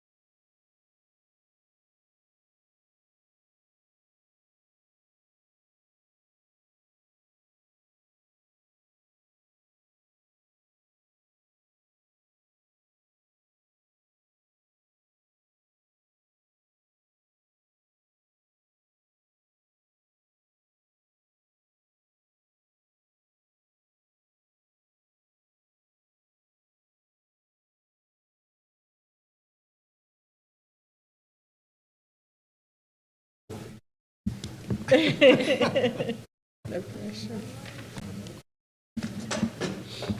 he is. Thank you. I just want to provide a brief update on our debt portfolio and outlooks and different projections. And these are all slides that you've seen before, just updated with some new information to give you an idea of where we're currently at. So right now, our total outstanding principal on all of our debt, and this is projecting out to the end of the fiscal year, so June 30, is $613.1 million. That's about a $62 million decrease from the prior year last year. And so as you can see, 63% or so is for the schools, about 11.4% is for SciTech. And so the combined education piece of our debt portfolio is 74.6%. The courthouse is roughly 10%, and then the rest of the county debt is about 15%. So gives you a little lay of the land on where our current outstanding principal is.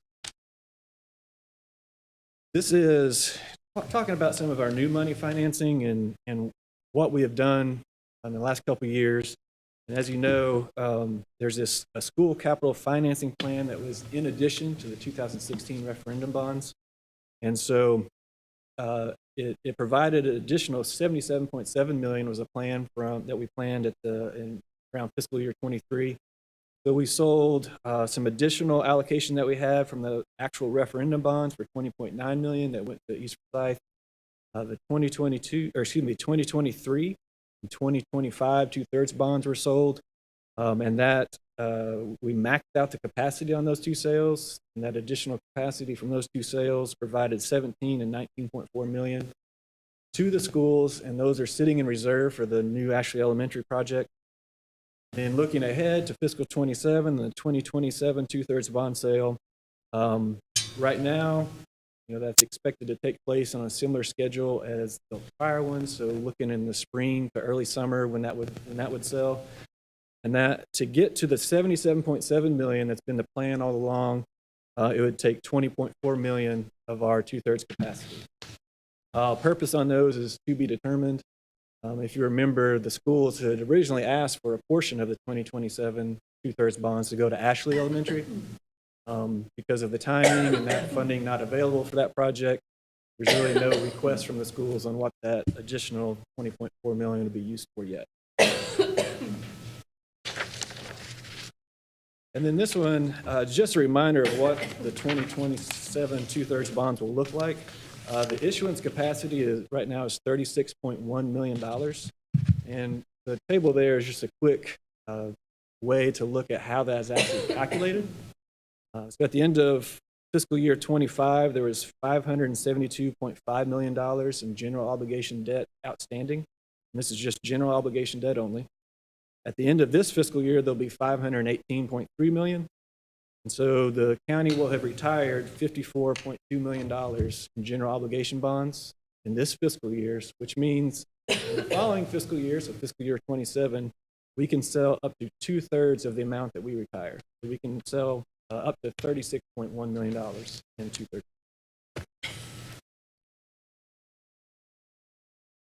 This is another look at the way Ashley Elementary is with the different funding sources that are out there and have been identified. Excuse me. And some of them have not been requested by the schools, either just different discussions we've had with the schools and what we know is available. So as I mentioned earlier, there's $17 million and $19.4 million from the 2/3 bonds, the last two sales that is available now that's been officially requested by the schools. The referendum bonds, there's still $3.2 million held in reserve for contingency, for emergency type project expenditures. Obviously, it's available now. It's not been officially requested by a school. It's just we know it's available based off us holding those funds. There's been some discussion about other project savings from the 2016 bond referendum and about $1 million. There's a sale of property, I think it was Perry Road and Nicholson Road, that has been requested by the schools. Right now, that amount is actually $700,000 roughly, which is a little lower than what the original amount was. But that's what we're going with right now is the $700,000. And then there's the repair and renovation lottery fund. It cannot be used for Ashley, but it can be used for their capital maintenance. So we would do a little switch and provide them some 2/3 bonds instead of the R&R lottery fund. And so that's sitting right now at $2.1 million. So based off the $46.7 million estimate that we currently have, and all the total identified funding, we're looking at a deficit of $3.4 million. The schools did send us an updated timeline of when they expect to get their newest estimate, which will be early March. So it'll be coming up next month. So we'll know maybe hopefully this construction estimate will be lower than it currently is. And that deficit will be smaller or maybe go away. We'll see what the estimate comes in at. So that'll hopefully be available. I could ask a question to our county manager. Do you know what the problem is with the school system not requesting the lottery funds reallocation? Yeah, right now, I've talked to the Superintendent Phipps about it. They are just waiting on the estimate from the construction company. So right now, hopefully they don't need it. If they do need it, they're going to request it. If they don't need it, then they're going to use it for another purpose. So they don't plan on requesting it until they get the final. Just to be sure, I understand, the estimate that they're working on now for the value engineering is the first one. They didn't do one earlier, and now they're being sent back to do one again. This is They are looking at reducing square footage and getting a real kind of final guaranteed maximum price, is my understanding. and It is the first. yeah, okay, that was the question. I thought it was, but I wanted to be They had sure. done their own estimate prior. Yes. Based on the Square footage. Yeah. larger square Yes. footage than Yes. This is a slide that takes a look at potential future bond referendum that has been discussed and take place in November of 2028. Choose to do so. There is the ability to, or the capacity to potentially issue up to $308 million, and that's with no tax rate increase. And when I say no tax rate increase, that is alluding to the fact that our total debt leveling plan rate will decrease in fiscal 30 as debt rolls off. Dr. Martin was talking about that earlier. So it would essentially assume that 2.3 cents that would roll off would be placed into a new debt leveling plan for the new bond. So that's what I mean when I say a no tax rate increase. This $308 million can be designated for any public purpose that you all choose, not dedicated to anything right now, up for whatever you want to put on the ballot. And this also assumes the same structure of sales that we did in the 2016 referendum. Sold those bonds roughly split evenly over 4 different sales. So it went over 7 years. But every other year, over 4 sales, we sold bonds for referendum. And so that was mainly tied to the cash flow. Like when can the schools, primarily since they were the biggest piece in Forsyth Tech, how quickly can they spend? And they could spread it out over 4 years, made the money proceeds a little bit easier to spend. Of course, that structure can change as you all see fit and make sense to the county project and schools and Forsyth Tech, whatever comes up on for those dollars. This is just the reiteration of where our debt leveling plans are right now.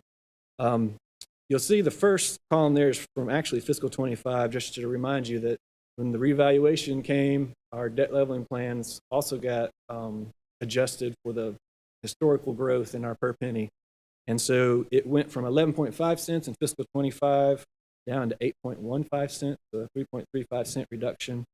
And so you can see over the next 4 years, the model plans out to 8.15 cents in total. But the education debt leveling plans will roll off almost entirely in fiscal year 30. So you'll see a reduction there of 2.3 cents. And the little piece of the bar graph in fiscal 30 and on, that represents a potential future debt leveling plan in the same amount of the debt leveling plans that are rolling off for the education. So again, that's going back to when I say no tax rate increase, it's really just allocating it to the new debt. Here's another look at our projected debt service percentage versus policy. So the blue bars represent all of our current debt, and that's projected out over the subsequent fiscal years. And you can see just with the growth of our general fund budget, we've had a little bit of a hiatus in big bond sales. We just done 2/3 the last couple of years. So you can see that's going to continue to decline. You can add in a potential what we might issue in 2/3, and that's based off just historically what we've done for capital maintenance. And then even if we put in the $308 million from the bond referendum, that's the green portion of the graph, we're still well under our 18% debt service percentage. I know there's a lot here. Let me just summarize a little bit. So this takes a look at what is that school's average capital outlay over the last, or since fiscal year 17. And we chose fiscal year 17 because that's when the 2016 referendum bonds were available to the schools to start spending. And so the top bars, or the top table in blue is for their capital maintenance projects. And so those are funded by $8.5 million in 2/3 bonds every other year. And then for the most part, an additional $1.7 million is contributed annually from the general fund. And so if you go all the way over to the right, you'll see the annualized average column. So for total revenues over this period, there's been about 5.6 million annual revenues on average, and the capital outlay is 5.2. So roughly, underspending by 400,000, just on average. When you go down to the bottom table that looks at the 2016 referendum plus the additional capacity from the 2/3 bonds that we've talked about. And so you can see the average annualized revenues is 40.9 million, and they're actually spending about 34. And then you'll see 81.1 million in the remaining balance on those dollars. Of course, about 17 million from 2023 and 19.4 from 2025 are just sitting there in reserve. Actually, if you back those out, there's about 44.7 million that's still left in.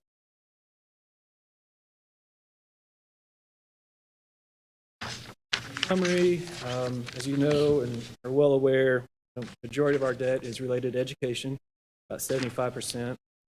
We've seen the utilization of the 77.7 million in additional funding to the schools remain relatively same, just with the note that there's not really a plan on this last tranche that we're looking at 2027 2/3. The 2028 referendum capacity is around 308 million, and that's again with no tax rate increase. And a refrain from last year, but the growth of the general fund budget and then lower bond issuances has yielded a healthy debt service percentage compared.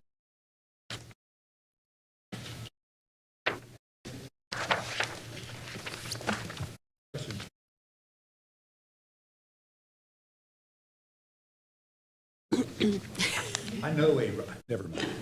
I know somebody else's name, Ron. I answered it. I apologize. You hear my wife leave. So our next item of discussion is about our capital improvement plan. We talked a lot about this last fiscal year and want to lift this up again. We do have a lot of deferred maintenance here at the county and really want to get handle on it. And so this is going to be in my manager's recommended budget. I don't know at what, how much at this point. The other thing that we're going to do is for any board members that are interested, would love to take you on a tour of some of our facilities so that you can see firsthand when we're talking about the boiler needs to be fixed. Like, this is what we're talking about. This is what it does.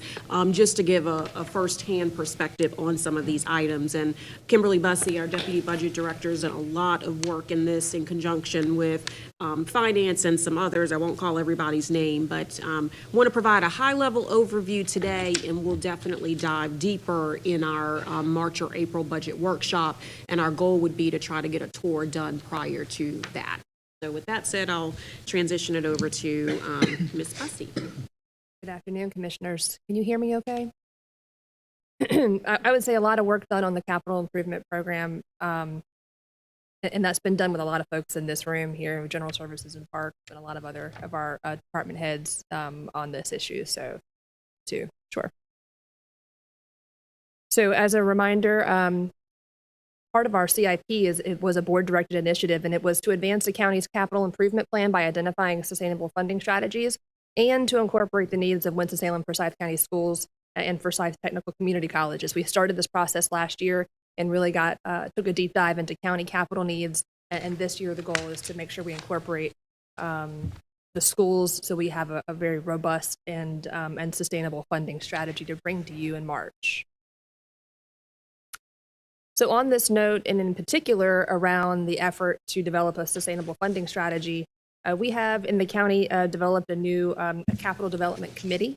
The roles, includes internal stakeholders, a lot of the folks that I just mentioned in general services and parks and airport, our MIS department, finance, with the goal of meeting to discuss potential new projects, to look at feasibility, to look at any collaboration needs. That frequently, collaboration is needed across departments frequently with the airport and general services and parks. So this gets folks in the room together to talk about it, to make sure we're not missing any pieces and parts of these requested projects. And also annually to review our existing projects. And so as we're determining this funding strategy, part of it will say, how are these projects, what's the status? How are they progressing? Can we close them? Do we have any project savings to move into the new year's budget? So we've met once already this year. I think we have high hopes for what that'll offer as far as transparency in the county. Additionally, finance is going to play a large role in this, and in the funding strategies. Plan to meet a few more times here before we come see you in March. On the portion of the board directed initiative to involve the schools, we have met with Winston-Salem Forsyth County Schools and Forsyth Tech. In October of this past year, we met with interim superintendent and their capital team. And then in January, we've met with both Winston-Salem Forsyth County Schools and Forsyth Tech on the staff level, really with the goal to get into the details of trying to bring this new approach of a needs-based look at our capital projects, our capital needs, to start with really a project-driven approach to get them to understand that we want to see your needs. We want to see maybe your criteria. What is your capacity to spend annually? And that has gone over very well with Forsyth Tech. We have a project list from them already. Winston-Salem Forsyth County Schools is in development of their list. I think staff has a pretty good handle on a capital maintenance list, but I know that the school system met on Tuesday night in their Buildings and Ground Committee to discuss this list and maybe some additional conversations about their selection process for projects. What is their criteria for which projects are prioritized is needed, and they'll continue working on that list. I think I've heard the same time frame as Lee, as March the 5th is what we're expecting to have something by then. Larger projects might require some additional conversations throughout the year before we get into bond, but the goal is to have a full comprehensive list of their capital needs that includes maintenance, renovation, new construction, and really identify their strategy for those projects.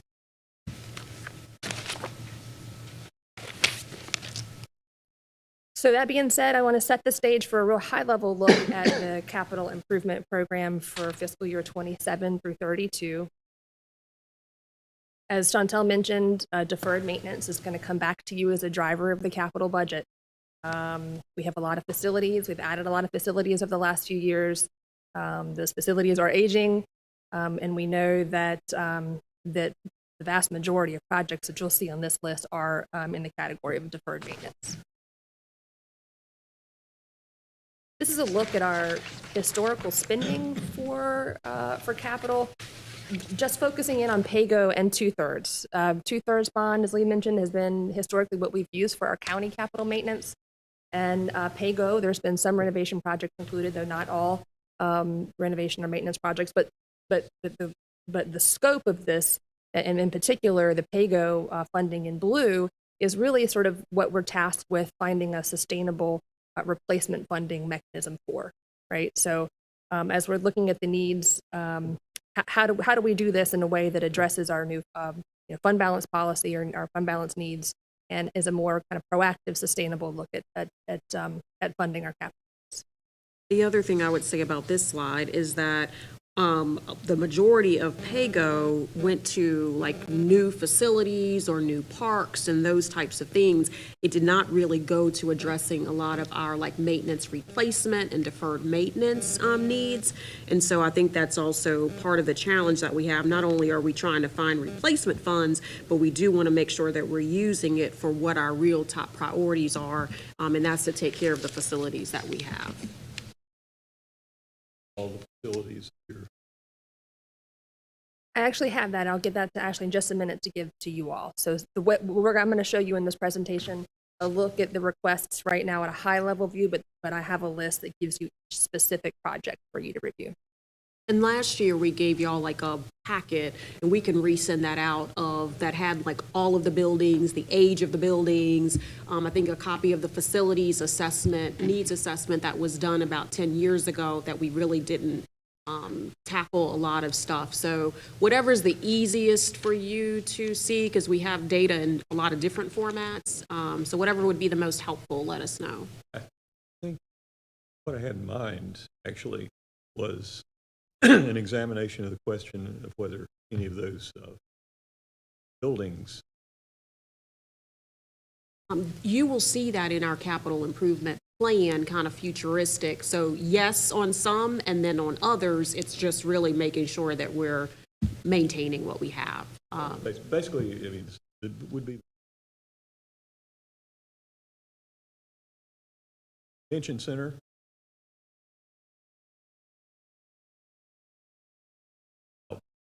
Outbuildings aren't really essential to the function.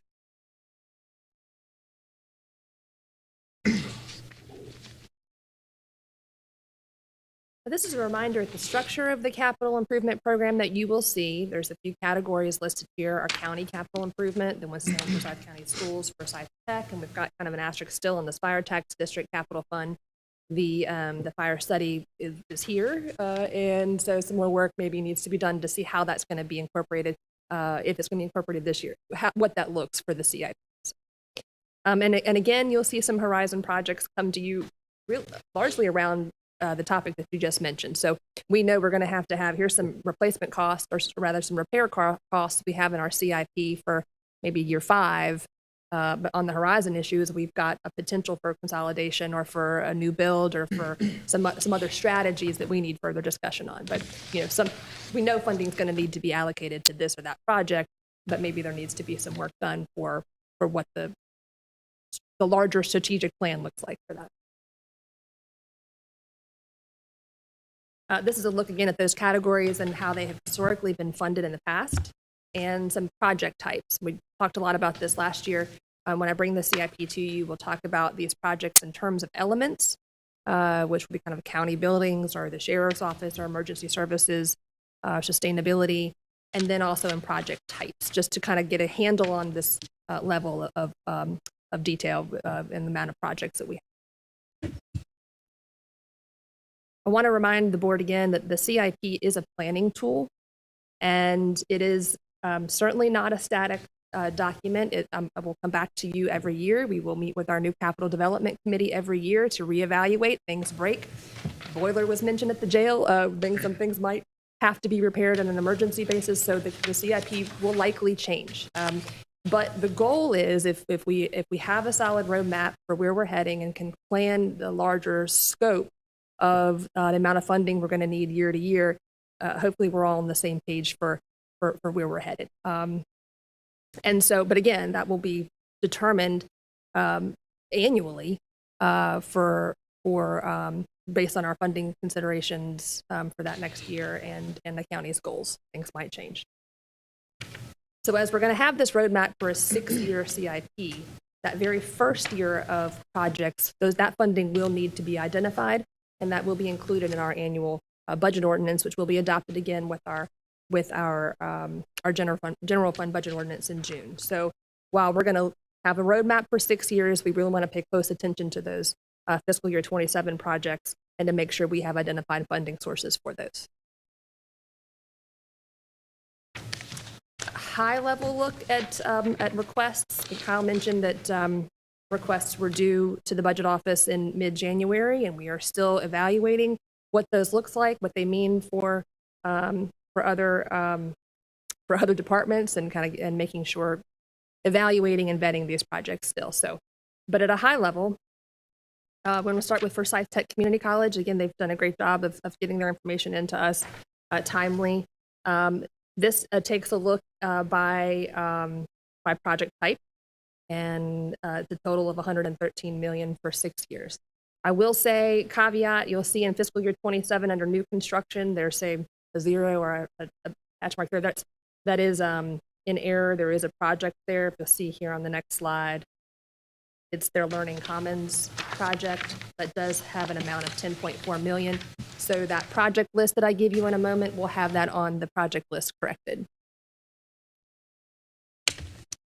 And, as we're developing this funding strategy, it's certainly possible that we need to go back to Forsyth Tech and make sure that our projects are in alignment with our funding capability too. So work to be done, but here's just a peek at initial project requests.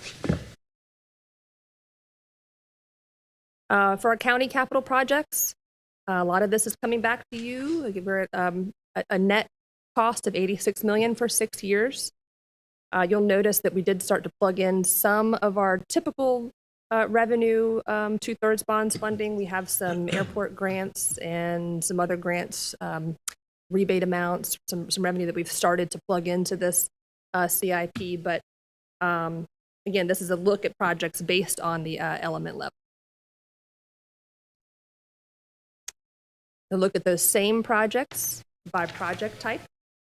And again, this sort of helps to, for the board, I think, to get a clear picture of the needs countywide, and that mechanical, electrical, and plumbing project type I think will continue to come to you in being a driver of this capital budget.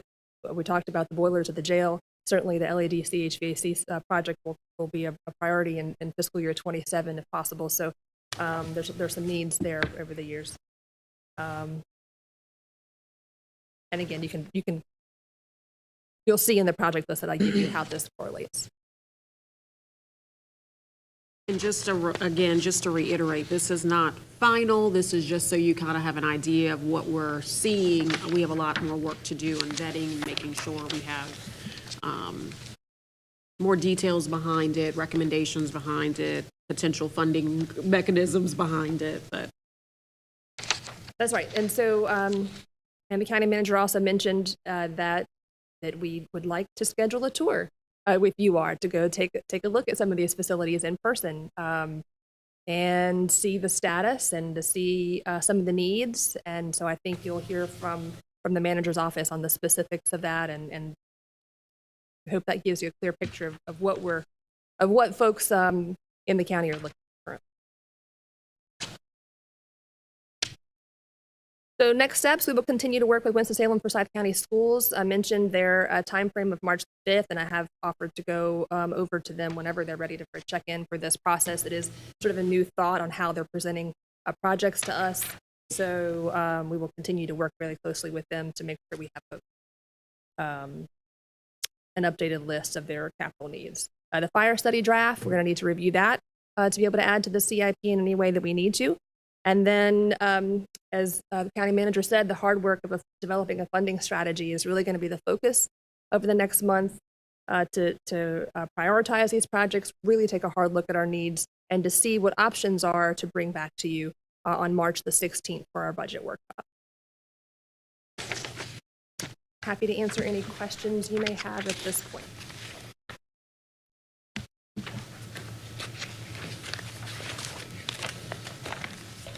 Stay there because I'm going to ask you about board directed initiatives. So the next item on the agenda is just to give you a brief update on the board directed initiatives that you put in the budget ordinance for staff. The first one is collaborating with Winston-Salem Police Department, Cartersville PD, the Sheriff's Office to explore potential consolidation and cost savings related to the Axon contract and the Real-Time Intelligence Center. This is a work in progress, but I'll let Kimberly just give you a brief update on where we are, and then we certainly will get back to you on a more final report. That's right. So I've been able to visit our real-time intelligence center at the sheriff's office again. They were very hospitable and gave me another tour of the facility there and in the jail. I've been to visit the real-time crime center at the Winston-Salem Police Department and in the town of Kernersville, and got to see some detailed information about their scope, maybe their hours of operation, how they're using some of the software that they have. And really kind of wanted to get a sense of their thoughts on collaboration and consolidation. I would say that we've got some information on contracts. I think that's an important piece of the puzzle. There's a lot of software. There's a lot of contractual services that are involved in these real-time crime centers, particularly around Axon. And evaluating the Axon contract by jurisdiction is going to be an important part, just to see the service level for each jurisdiction and to evaluate pricing and to see how that compares. Axon makes that difficult with their bundling and their pricing structure. So I'll say, while so far this is a lot more work and evaluation needs to be done on that front, there's certainly an interest in collaboration. I think data sharing is of interest to all jurisdictions.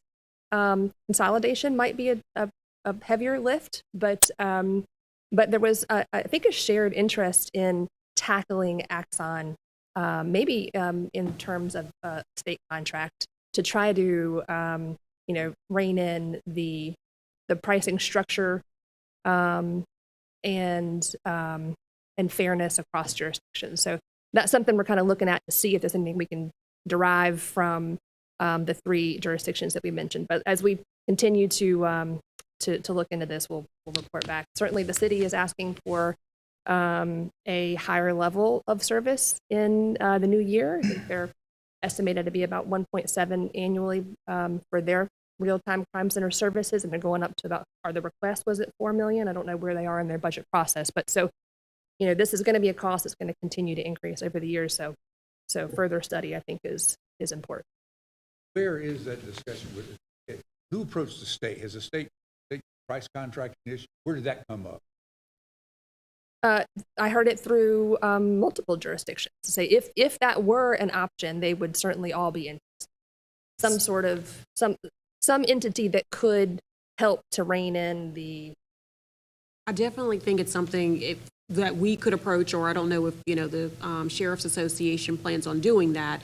But for right now, I think as we're diving deep into the contracts, which is difficult, but it's very clear that the pricing is all over the place. I mean, it is not transparent pricing. Some's paying more, some paying less. I mean, it's just not okay. And I think, on the city side, they had briefed it maybe a month ago. I think it was like maybe in the paper, on the front page of the paper at one point. I mean, Axon has a monopoly on this.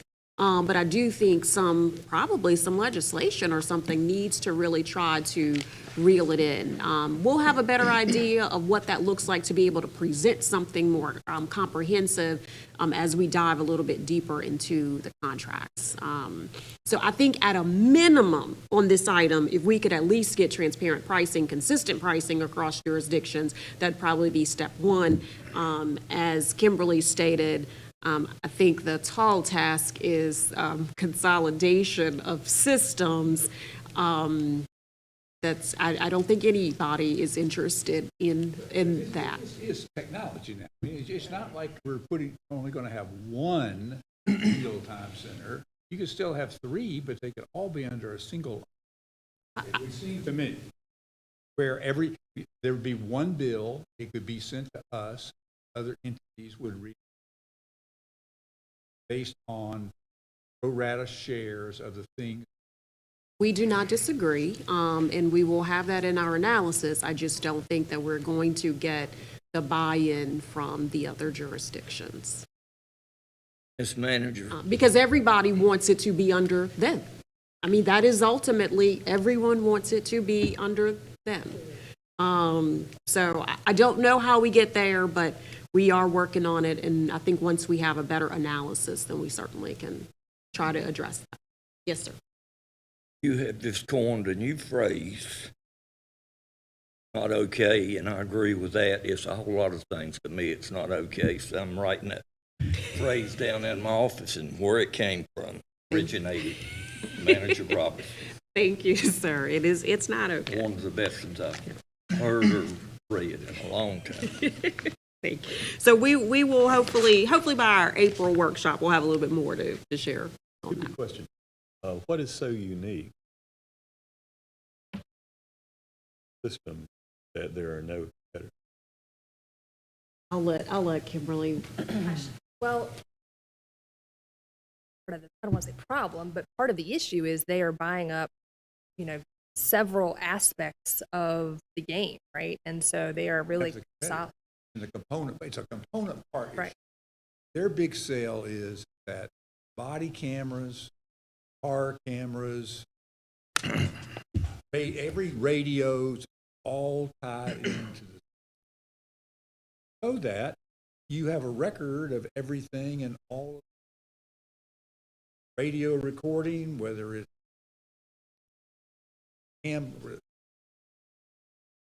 order issues from the cars of the officer, and they integrate every bit of that. I mean, Down to your and 911 and the calls. subsidiary, the suppliers of those smaller things have all sold out, so it's now all under the single umbrella. They have integrated some. Will there be somebody in the future who will another mousetrap? But it's not going to be anytime soon. And I would say, sorry. No, that's going to say, I mean, there's other companies that's doing components, but the problem is Axon won't let it in their system to integrate. So it's really more about the integration of things. So yes, there are some other players, but the integration is key. And so they just. And to detangle, you've got your data is in their cloud. You've got their, now you've got their equipment in your cameras and your tasers and what's in your vehicle. And so you're less agile to move from vendor to vendor once you have all those equipment pieces put together. So. Correct me if I'm mistaken, but presumably if there were a functioning antitrust department at the federal level, Have punch antitrust department, and it's sitting right over there, our county attorney, if this is not a government franchise.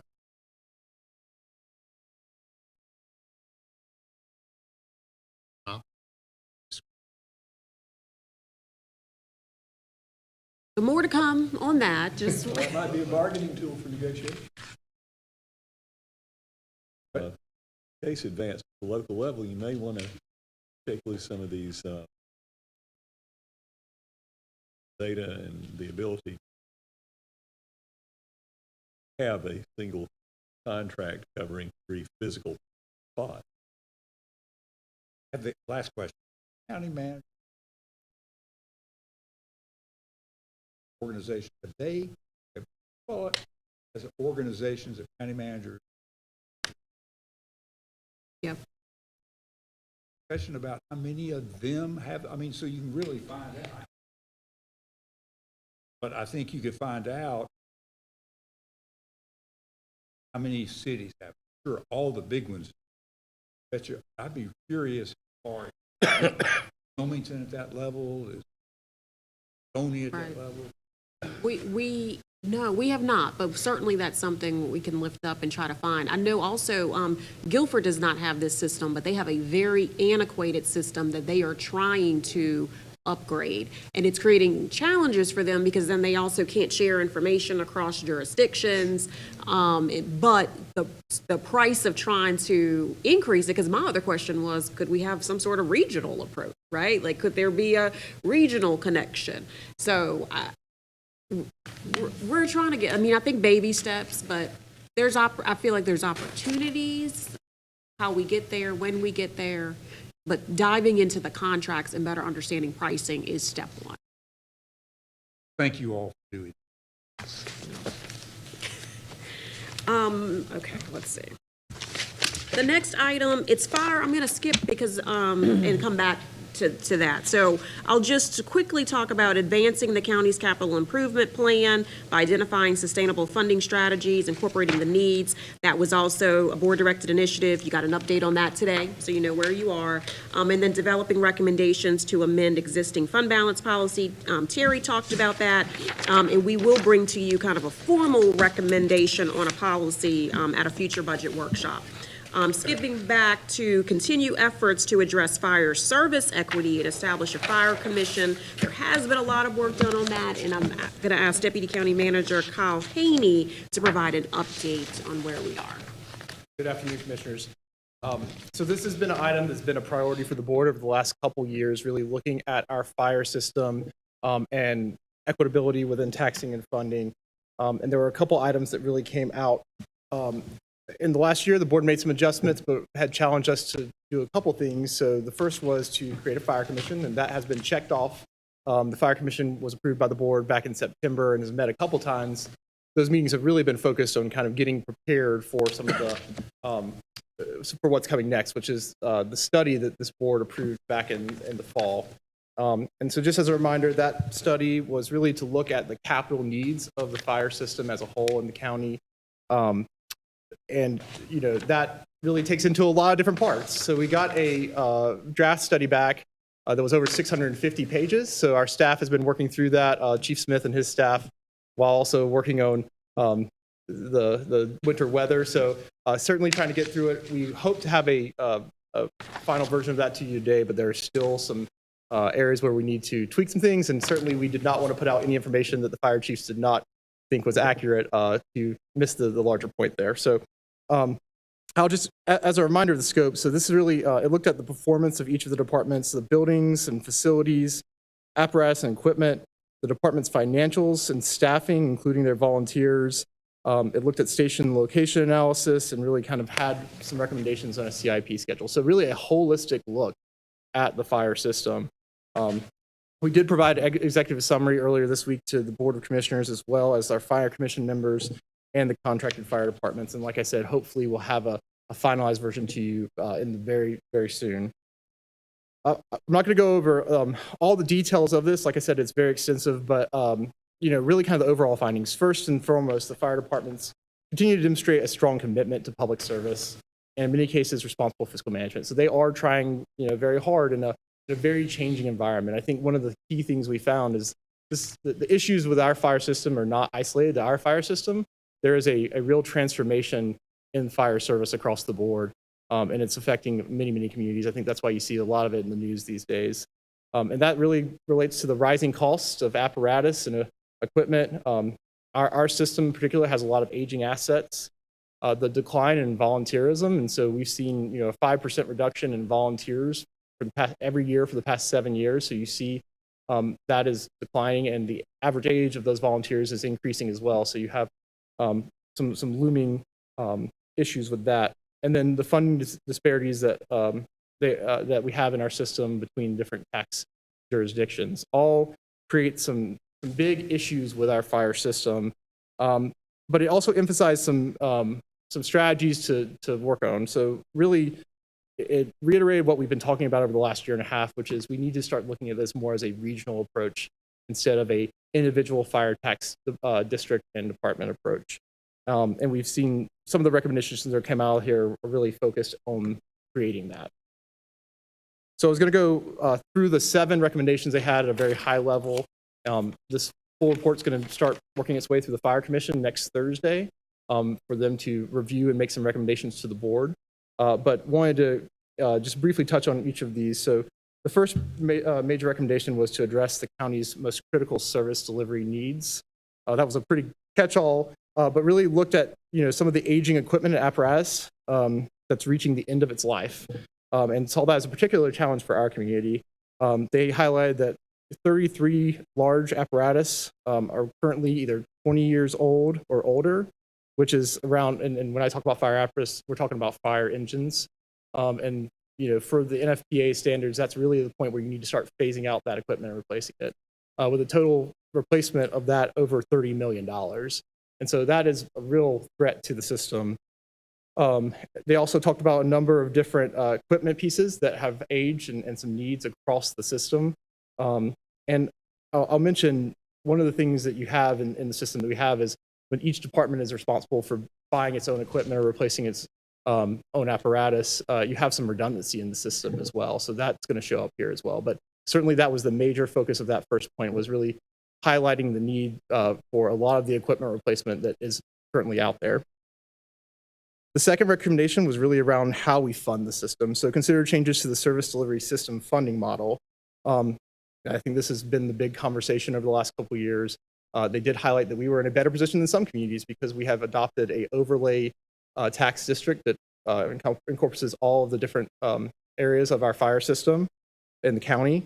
And so one of the recommendations was look at either moving to a full funding from that overlay system, or at least looking at using that overlay district to fund capital needs of the system, because it specifically said the current district-based fire tax model is no longer sufficient on its own to support fire operations. The third was looking at municipal coverage with closest station response. And so currently in our fire system, we have 2 municipal fire departments that we contract with, the city of King and the town of Rural Hall, to cover some areas outside of their municipal jurisdictions. But there are many Winston-Salem and Kernersville and High Point fire stations that are actually closer to some of the areas in the county than our stations. And so one of the recommendations was start having conversations about whether it would be better to serve to actually contract with those municipalities to provide service and coverage in some of our areas. And there's lots of implications of that, obviously. And if we did move in that direction, to develop some sort of formula that makes sure that there's a fair cost sharing in that.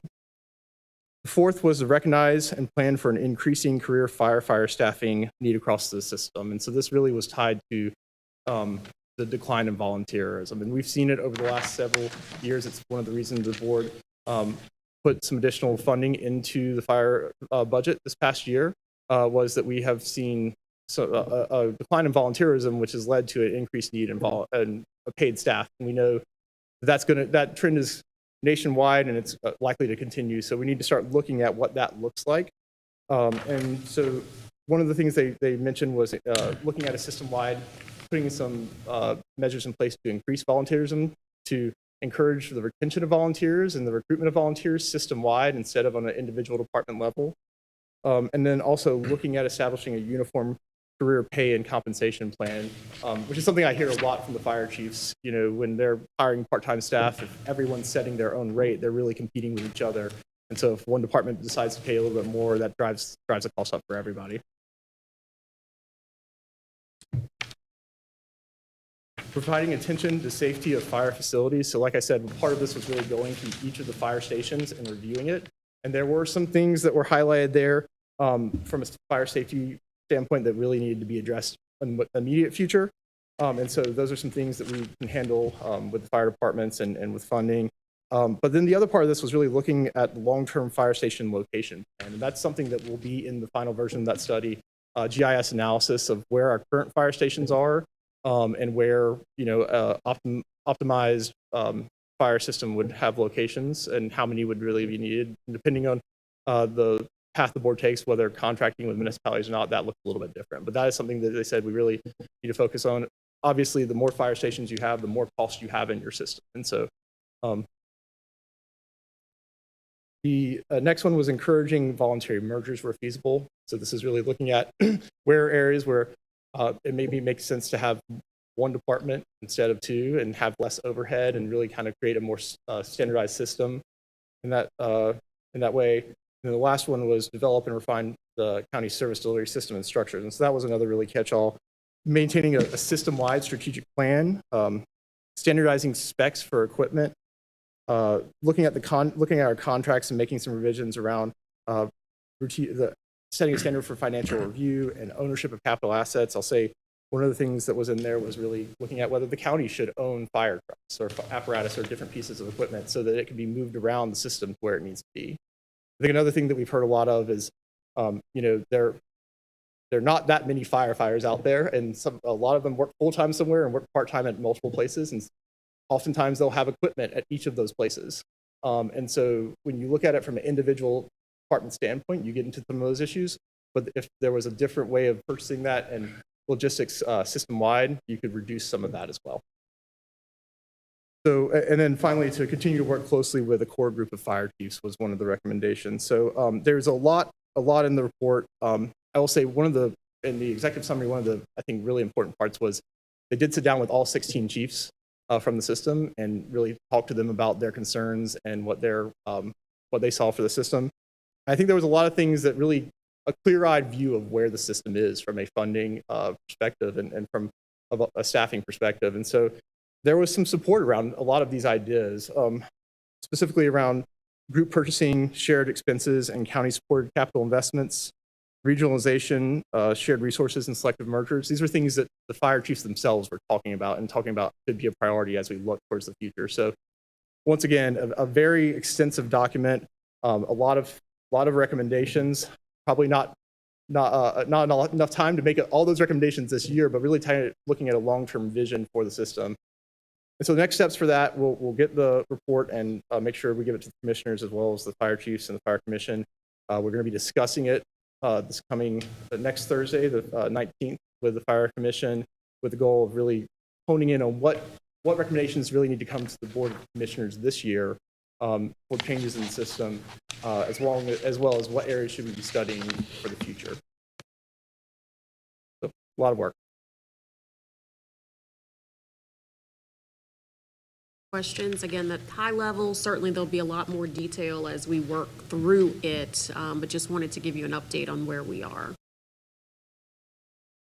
All right, well, our next items really are just a reminder of our important dates. Our next budget workshop is going to be March 16th, and so we'll do a deeper dive.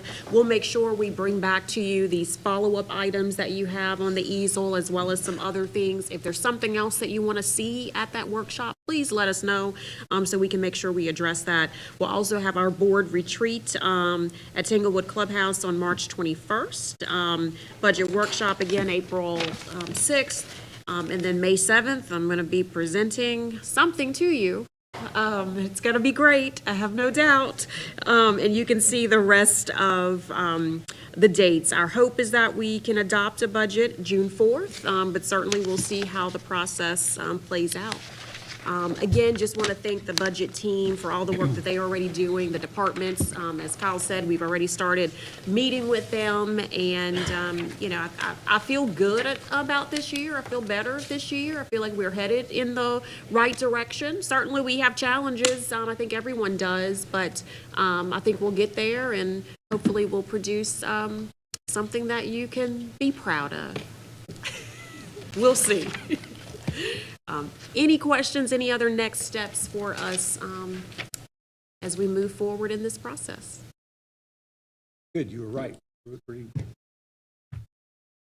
Thank again, all of our staff that worked on this. It's been a whole lot of high level, but it was a lot of good meat, and I want to thank the county manager for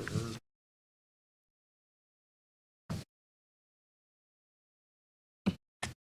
I guess we're adjourned until o'clock, regular meeting. Thank you all. Thank you.